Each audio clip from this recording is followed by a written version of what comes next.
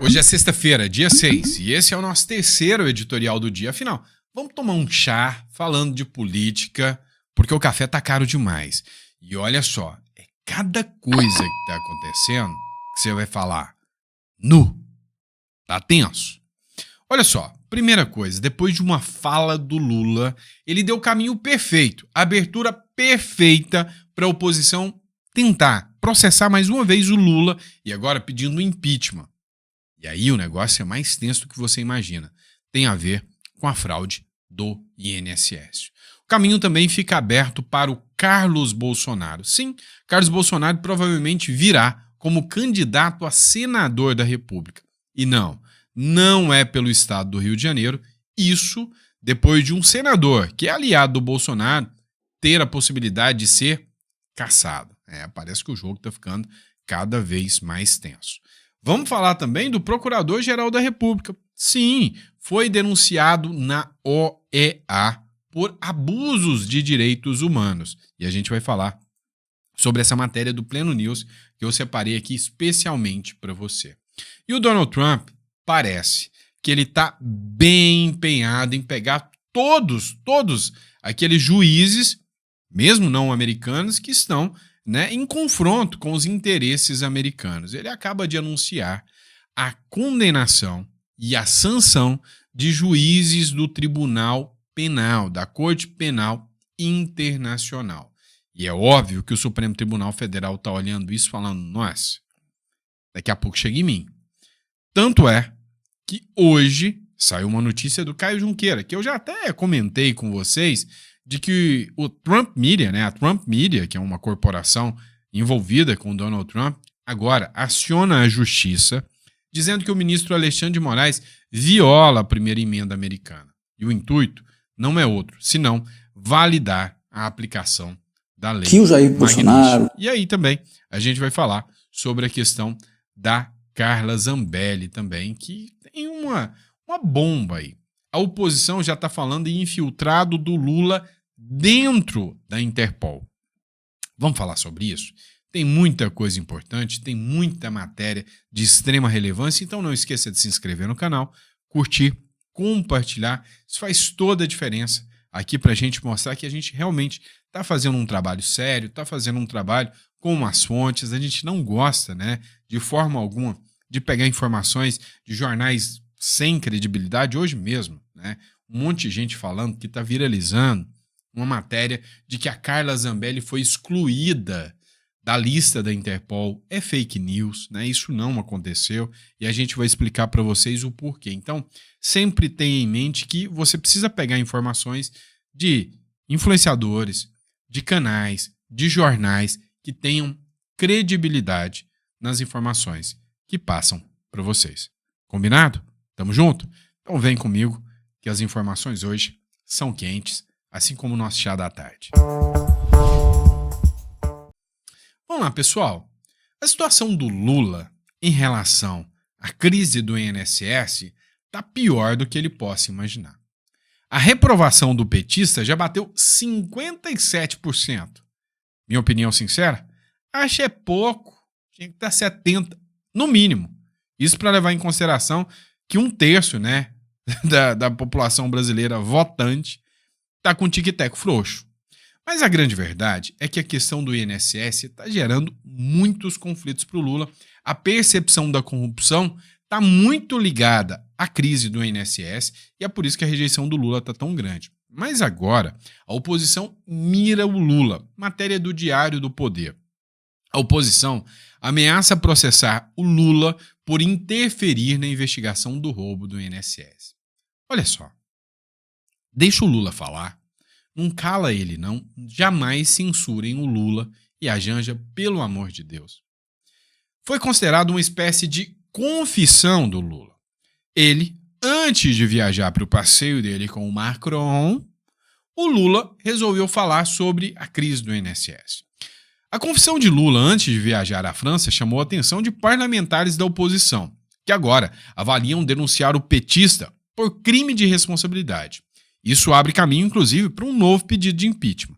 Na entrevista, afirmou haver ordenado abre aspas, muita cautela à Polícia Federal e à Controladoria Geral da União na investigação de sindicatos e associações que se beneficiaram do roubo bilionário a aposentados do INSS, que pode ter vitimado 9 milhões de pessoas. Ou seja, ele falar pro AGU, para a CGU e para a Polícia Federal ter cautela em investigar os sindicatos é uma clara interferência no processo de investigação. O Lula chegou a falar que esse caso do INSS é pobre roubando pobre. Pelo amor de Deus, os sindicatos estão bilionários depois desse roubo, milionários cada sindicato depois da divisão da fatia do bolo que pegou o coitado dos aposentados. Pelo amor de Deus. Aí não dá, né? Aí a coisa fica feia. E aí agora a oposição vai partir para cima do Lula com tudo, segundo a oposição agora, por interferir no Estado, né, nas investigações e, com base nisso, crime de responsabilidade. Pedido de impeachment que vai cair na mão do Hugo Mota, que vai sentar em cima e não vai dar em nada, infelizmente. Mas vamos lá, essa notícia aqui é importante. Caso Safe seja cassado, Bolsonaro quer Carlos Bolsonaro como senador por Santa Catarina. Já há, né, a cogitação dele mudar o seu domicílio para Santa Catarina. Lembrando que o irmão mais novo, o Renan, já está em Santa Catarina como vereador lá em Camboriú. Lembra disso? A possível cassação do Jorge Safe no TSE já agita os bastidores da política catarinense. E segundo a deputada federal Júlia Zanata, o ex-presidente Jair Bolsonaro tem um nome na manga, o seu próprio filho, Carlos Bolsonaro. Olha só o que aconteceu com o Jorge Safe, para que você possa entender. O Jorge Safe foi eleito senador da República. Na ocasião, ele teve o apoio do velho da Havan, ou Luciano Hang, né? E aí o Luciano Hang, inclusive, o Jorge Safe pegou voos, viagem, junto com o Luciano Hang, que já está inelegível, o Luciano Hang, sem nem concorrer a nenhum cargo. Absurdo isso, né? Bota absurdo nisso. O que acontece agora é que o Jorge Safe já foi condenado em primeira instância e está recorrendo, mas pode perder o mandato. E aí vai ficar inelegível, vai abrir a brecha para que alguém possa concorrer no estado de Santa Catarina. E aí o nome do Carlos Bolsonaro, sem sombra de dúvidas, é um dos estados mais bolsonaristas do Brasil. É óbvio que o Carlos Bolsonaro tem uma chance inequívoca de vitória nesse caso aí. Então, vamos estar acompanhando, né? 2026 já começou, eu já estou falando para vocês, não é de hoje. Vamos lá, pessoal. Isso aqui é bom, tá? Eu tenho críticas e elogios ao Tarcísio. Todo mundo sabe disso. Mas essa matéria aqui mostra que São Paulo está no caminho certo. Muito certo. Uma nova política adotada agora pelo Derrite, e eu vou falar que grande parte, né, do apoio que o Tarcísio está tendo é principalmente pela atuação do próprio Guilherme Derrite, né, que é o secretário de Segurança Pública do Tarcísio. PM de São Paulo passa a levar detidos direto para a prisão, sem passar por delegacia. É top. Maravilhoso isso aqui. O governo de São Paulo começou a testar nessa semana um novo procedimento para a prisão de pessoas com um mandado judicial aberto, em que os detidos deixam de ser encaminhados às delegacias da Polícia Civil. A mudança tratada pela gestão Tarcísio de Freitas, republicanos, como projeto piloto, será feita por um período de 15 dias na região central da capital. É perfeito. Você tem que resolver o problema da burocracia. Você tem uma ordem de prisão aberta. Está no sistema. O sujeito foi pego. Vai levar na delegacia para quê? Ah, Sandro, mas isso aí pode ser que lá na delegacia é que você averigua se essa ordem de prisão não foi revogada, se essa ordem de prisão ainda está ativa, ou se há aí um erro, porque se leva direto lá para o presídio, quer dizer que podem acontecer, inclusive, né, injustiças. É possível. É improvável. O sistema coordenado da Polícia Civil é o mesmo sistema coordenado da Polícia Militar. Então o sistema é o mesmo. A Polícia Militar vai averiguar, tá o nome do sujeito lá. vai levar para a delegacia, tá o nome do sujeito lá. Então, é pouco provável, é só para reduzir a burocracia. E acerta o Tarcísio. Na minha visão, é acertada a medida do Tarcísio. E você? Concorda com isso ou não concorda com isso, com a redução da burocracia? Coloca no comentário que eu quero saber. Porque na delegacia, sinceramente, não se resolve nada. O que a gente tem muito mesmo, é casos, inclusive denúncias, de que na hora H, o delegado vem e pede ali uma beirinha para liberar A ou B. Esse tipo de situação acaba também. Acho bem interessante, para falar a verdade para vocês, tá bom? Vamos lá, pessoal. Vamos entrar agora na nossa novela preferida. Moraes, Donald Trump e as figuras coadjuvantes, Eduardo Bolsonaro, Paulo Gonet, o próprio Bolsonaro, o Flávio Dino. É uma briga que não acaba mais. Dessa vez, quem foi parar na OEA é o Paulo Gonet. Olha só, a defesa de presa do 8 de janeiro denuncia Paulo Gonet à OEA. Será que esse coitado vai ser investigado igual o Eduardo Bolsonaro? Esse coitado desse advogado que não está nada mais, nada menos do que exercendo a sua função de advogado. O papel do advogado é fazer de tudo para defender o seu cliente, né? Olha o nome. Presta atenção. Ampla defesa. Não é defesinha restrita. Não é defesinha. É ampla defesa. É contraditório. Ou seja, todos os meios possíveis e legítimos que existem, é meu direito de advogado utilizar, inclusive, se eu reconheço que o juiz, o procurador, o promotor está utilizando de artifícios ilegais, eu tenho que recorrer para quem? Só para Deus? Espera aí. Os órgãos e instâncias superiores são para isso. Advogados e defensores da liberdade e dos direitos humanos protocolaram nesta quinta-feira denúncia formal à Relatoria Especial da Liberdade de Expressão da Comissão Interamericana de Direitos Humanos, a CIDH da OEA, relatando ameaças de morte, grave violação à integridade física e psíquica e negação sistemática de direitos legais à custodiada Ana Flávia de Souza Monteiro Rosa, condenada a 14 anos de reclusão pelos atos do 8 de janeiro, atualmente presa no bloco 7 do presídio feminino do Distrito Federal. É óbvio, o advogado tem que fazer o papel dele na defesa, tem que pressionar, é assim que o Estado Democrático de Direito, né, está baseado. Então acho que está certo, está acertado os advogados, agora só falta vir a galerinha aí da Left People, né, os peito de pombo da vida, falando que nossa, está atentando contra o processo. Não, ele está coagindo o promotor. Ah, tá de sacanagem comigo, né? Que isso? O papel dos órgãos internacionais é para que você faça denúncia sobre violações de direitos humanos. Pronto, acabou. É assim que funciona. Vamos lá. E o Donald Trump não tá pra brincadeira mesmo.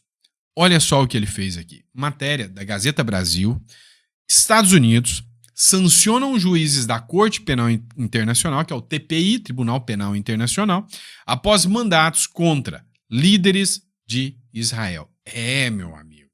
Adivinha uma outra figura que é totalmente anti-Israel? Adivinhou? Falta um dedinho.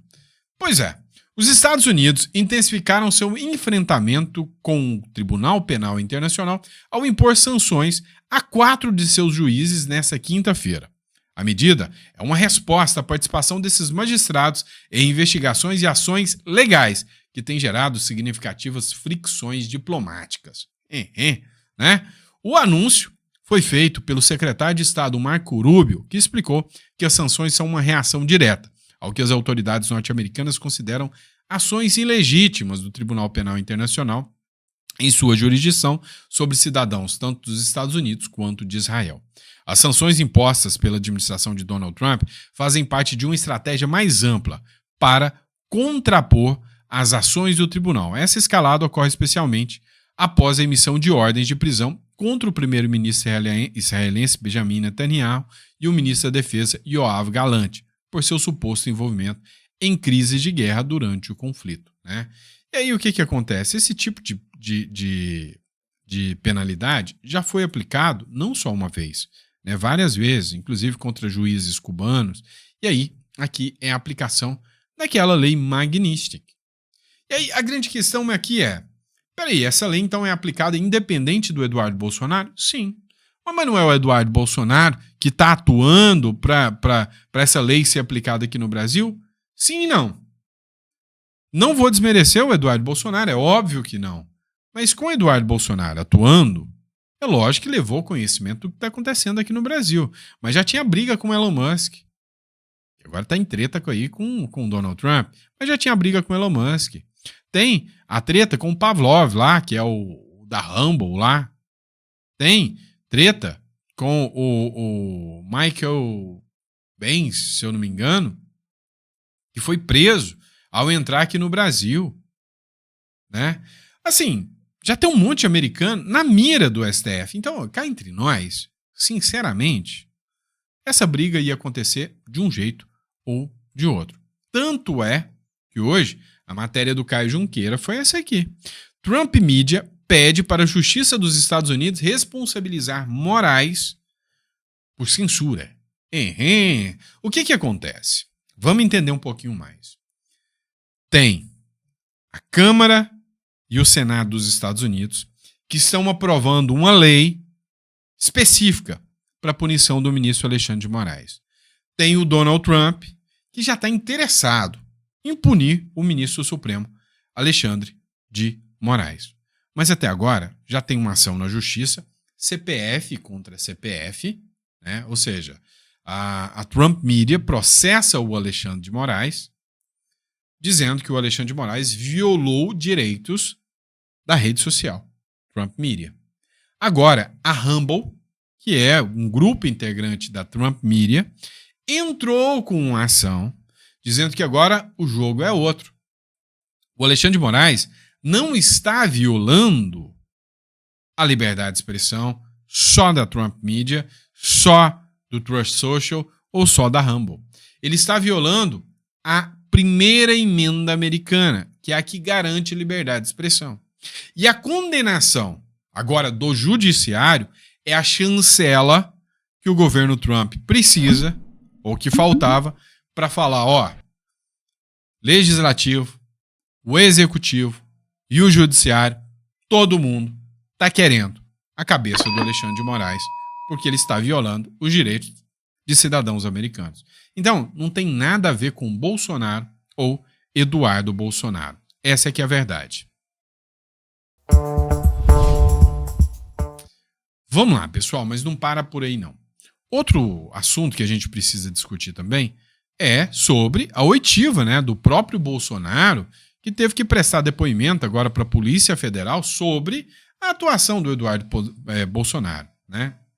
Existe um princípio que é o princípio da intranscendência das condutas, ou seja, o que o Eduardo Bolsonaro faz, o Bolsonaro não tem que responder. O Hélio Beltrão avaliou esse caso do princípio da intranscendência, né? Quem fez a publicação foi o carteiro Reaço Gil Diniz, e aí tem um trechinho dessa matéria na CNN. Cara, a CNN não tá tendo dó, né? Tá fazendo um jornalismo onde ele tá fazendo críticas pesadas, né? Inclusive a atuação do Supremo. Olha só, né, o que o Hélio Beltrão falou aqui. Hélio, o ex-presidente Jair Bolsonaro deve ser responsabilizado por ajudar financeiramente o filho nos Estados Unidos? Leandro, vamos lá. Tomar um depoimento do Bolsonaro sobre a vida do Eduardo Bolsonaro nos Estados Unidos é mais uma evidência da perseguição que o Jair Bolsonaro, que os seus familiares, que os apoiadores mais próximos deles vêm sofrendo. Por que esse caso é mais um capítulo da perseguição? Bom, a gente já falou aqui sobre essa investigação sobre o Eduardo. O que está se investigando é um não crime. Não existe lei que proíba um cidadão brasileiro de falar sobre o Brasil com quem quer que seja no exterior. Então, estão acusando o Eduardo Bolsonaro de conspirar contra o país. Bobagem. Já vou chegar na questão do dinheiro. Em primeiro lugar, não é só o Eduardo que está denunciando a situação aqui no Brasil. O mundo inteiro leu as matérias do Financial Times, da Economist, do Wall Street Journal, do New York Times.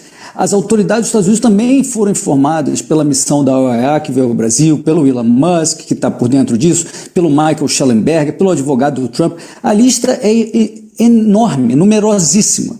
E se as alegações do Eduardo Bolsonaro fossem falsas, ninguém ia dar bola para ele, nem no Congresso americano, nem na Secretaria de Estado, nem em lugar nenhum.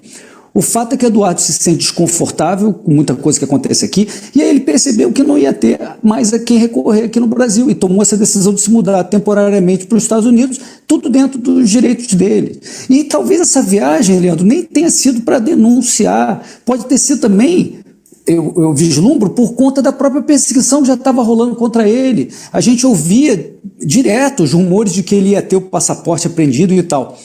E agora, então, para falar do dinheiro, querem constranger o Jair Bolsonaro a explicar o dinheiro que foi para o filho, 2 milhões de reais, sei lá o quê. De novo, não tem crime. Ah, mas é a origem disso, é o dinheiro da vaquinha via Pix. Mas e daí? As autoridades já passaram um pente fino naquela campanha do Pix, aquela campanha que o Bolsonaro arrecadou 17 milhões de reais.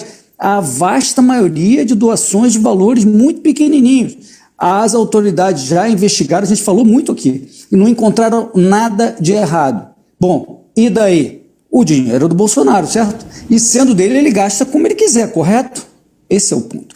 Na verdade, para concluir, Leandro, o Supremo mordeu uma isca nessa questão da viagem do Eduardo. Acabou se expondo além da conta. E, mais uma vez, não está com coragem de admitir o erro e voltar atrás. Pois é. Concordo em número, gênero e grau com o Hélio Beltrão. Inclusive, né, o Bolsonaro ontem prestou depoimento sobre a Carla Zambelli, porque agora o intuito deles também é saber sobre a questão da Carla Zambelli. Ó, advogado, Bolsonaro garante, não tenho nada a ver com a Carla Zambelli. Acompanha só. Senhor, sobre esse caso da deputada Zambelli. Esse assunto não ele não vai falar sobre esse assunto. Não tenho nada a ver com a Carla Zambelli, tá certo? Não botei dinheiro no Pix dela, tá certo? Aliás, deixamos isso claro até no depoimento tô hoje. aguardando, obviamente, eu acompanhei pela imprensa o caso do Carla Zambelli. Presidente, a pergunta que fizeram sobre o outro procedimento tinha a ver com a invasão do CNJ? A gente não conhece os autos. A gente não conhece os autos. E aí o próprio Bolsonaro também anunciou, né, a doação para o filho, 2 milhões de reais. Agora, a grande questão que fica aqui é, e aí? Como é que fica a situação da Carla Zambelli nessa questão da Interpol? Bora falar disso? A Carla Zambelli está minada, literalmente, em todos os seus recursos financeiros. Segundo essa matéria da CNN Política, o ministro do Supremo, Alexandre de Moraes, deu 2 horas para que todas as redes sociais fossem retiradas. Também deu 24 horas para que todas as contas bancárias da Carla Zambelli sejam absolutamente bloqueadas. Decisão que já foi dada e já foi, inclusive, cumprida, né, pelo Banco Central. As ordens foram expedidas e todos os bancos já cortaram os recursos da Carla Zambelli. Não bastasse isso, o Hugo Mota, que é o presidente da Câmara, é aquele que o Bolsonaro apoiou, né, para que chegasse até a presidência ali da Câmara dos Deputados, resolveu acatar por completo as ordens do ministro Alexandre de Moraes, embora ele possa divergir. Tá? Não pense que ele não tinha outro caminho, ele tinha outro caminho, ele poderia submeter isso ao plenário, de acordo com a própria Constituição Federal. Hugo Mota, atende o Supremo Tribunal Federal e bloqueou salários e verbas de gabinete da Carla Zambelli. O salário de deputado hoje na casa dos 30 e poucos mil, né? Mais 100 e poucos mil de verba de gabinete. Ou seja, o mandato da Carla Zambelli já acabou, né? Já era. Não muda muito, uma vez que a Carla Zambelli pediu licença e, uma vez que ela tem licença, é licença não remunerada. Então, ela provavelmente já estava esperando que isso acontecesse. Mas o Hugo Mota disse o seguinte, olha, nesse caso aí da Carla Zambelli, eu não vou agir de última hora, não. Eu vou com calma. Por que com calma? Porque eu vou esperar para ver qual será o posicionamento jurídico da Câmara dos Deputados. Só depois do posicionamento jurídico é que eu vou atuar. Caso Zambelli, Mota diz que aguarda o parecer jurídico da Câmara. Mas não bloqueou? Bloqueou. A grande questão é que, segundo a Constituição, aquela cartinha, não sei se você lembra da Guiatrem, cartinha da Constituição, existe ainda, tá? A Constituição, ela é clara de que um deputado só pode ser preso em flagrante delito por crime inafiançável. Não é o caso. Então, uma ordem de prisão do ministro Alexandre de Moraes é lícita? É legal? Esse é o primeiro ponto. O segundo ponto que a gente tem que discutir também. Tá. Para que o processo continue, pode a Câmara dos Deputados suspender o processo contra um deputado, ou seja, o plenário tem que deliberar sobre a prisão. Agora, Hugo Mota disse que só depois do parecer jurídico da Câmara é que ele vai se posicionar. Alguém aí duvida que ele vai se posicionar pela manutenção da prisão da Carla Zambelli e não levar isso ao plenário? O Nicolas Ferreira disse uma coisa que você precisa saber. Não se trata da Carla Zambelli. Se trata das prerrogativas do Congresso. Se o Hugo Mota não atuar agora, o recado é simples. Fez isso com um, pode fazer com todo mundo. O que muda? Não é? E aí vem a questão. O Supremo Tribunal Federal, para mim, essa é a minha visão como jurista, desrespeitou a questão da intranscendência das penas. Porque ele simplesmente vai investigar quem fez Pix para Carla Zambelli, buscando CPF, buscando nome, valor. O que o STF quer descobrir com os Pix enviados a Carla Zambelli? O STF quer descobrir se quem mandou Pix para Carla Zambelli foi para financiar a fuga da Carla Zambelli. Ora bolas. Quem mandou dinheiro para Carla Zambelli mandou para que ela possa utilizar esse dinheiro com bem entender. Ou seja, é um contrato de doação, né? É uma doação. E nessa doação, ela escolhe como ela vai utilizar o dinheiro. Agora, a grande questão que fica é que a Carla Zambelli meio que deu um jump aí na justiça, no sistema e na própria Interpol. Parece que a Carla Zambelli já está em solo italiano. Vocês viram que teve um deputado italiano que falou que vai brigar pela extradição da Carla Zambelli, que não vai aceitar a Zambelli lá na Itália. Já o governo norte-americano sinalizou que sim, pode dar extradição para a Carla Zambelli. Eu já disse para vocês, o problema da Zambelli, o buraco, é muito mais embaixo do que o do Eduardo Bolsonaro. Por quê? É simples. Ela correu atrás de um cara com arma na mão e aí tem a história do hackeamento lá, tem a ordem de prisão do Alexandre de Moraes que foi incluída de forma imbecil por um hacker. Então a situação dela é mais complicada. Porém, o governo norte-americano entende que o Alexandre de Moraes não é um juiz legítimo para julgar a Carla Zambelli porque ele não tem imparcialidade. Coisa que a Itália ainda não se manifestou. Então, ela na Itália, ela corre muito mais risco do que nos Estados Unidos. Em segurança na Itália, diz Paulo Figueiredo sobre a Carla Zambelli. Inclusive, Paulo Figueiredo diz que fez uma análise jurídica de que, dentro da Itália, ela não pode ser extraditada, uma vez que ela é categorizada como cidadã italiana. E aí, a G1, a Globo, confirmou, né? Carla Zambelli chegou à Itália antes de ser incluída na lista da Interpol. Ou seja, foi antes da inclusão na lista da Interpol que ela chegou lá. E aí eles fizeram até um mapinha, né? De que ela saiu aqui, ó, Foz do Iguaçu. De Foz do Iguaçu, ela jumpou, né? Ali para Buenos Aires. De Buenos Aires, ela foi para a Flórida. E da Flórida para a Itália, né? Tá um mapinha aqui com o roteiro da Zambelli. E aí ela coloca aqui, ó. Dia 25/5, deputada deixa o Brasil pela fronteira da Argentina.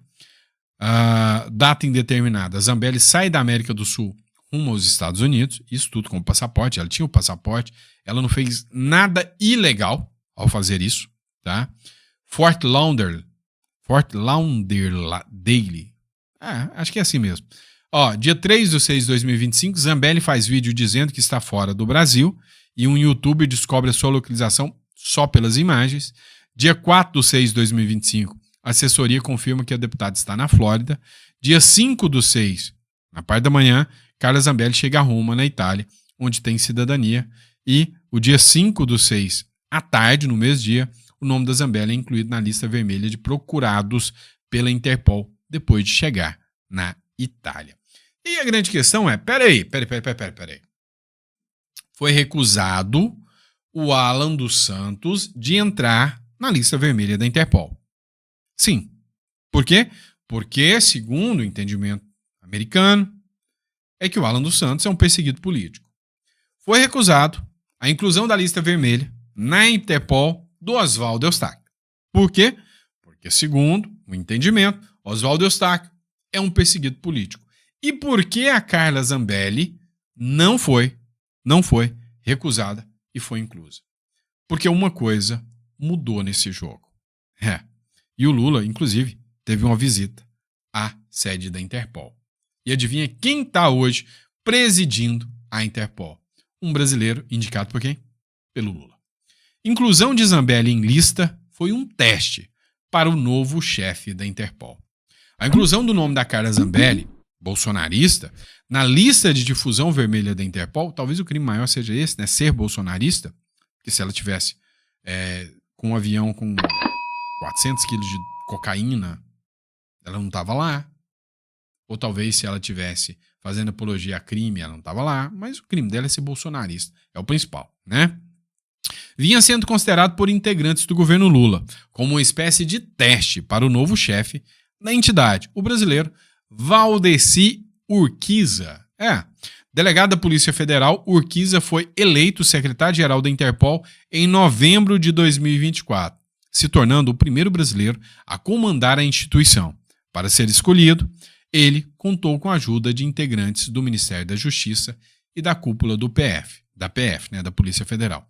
Nos bastidores, integrantes do alto escalão do governo Lula avaliam que uma eventual resistência ou demora da Interpol incluir o nome de Zambelli na lista de difusão vermelha pegaria muito mal para o delegado brasileiro que comanda a entidade. Urquiza, porém, não despontou membros do Ministério Público da Justiça e da cúpula da PF. Um dia após o ministro do STF, Alexandre de Moraes, determinar a prisão preventiva de Zambelli, fontes da Polícia Federal informaram que o nome dela já tinha sido incluído, Aí, a informação veio da coluna do Igor Gadelha, que apurou que o nome de Zambelli ainda aparece apenas na área restrita da lista vermelha da Interpol, Só os policiais que têm acesso, mas provavelmente vai ser incluída em outros nomes.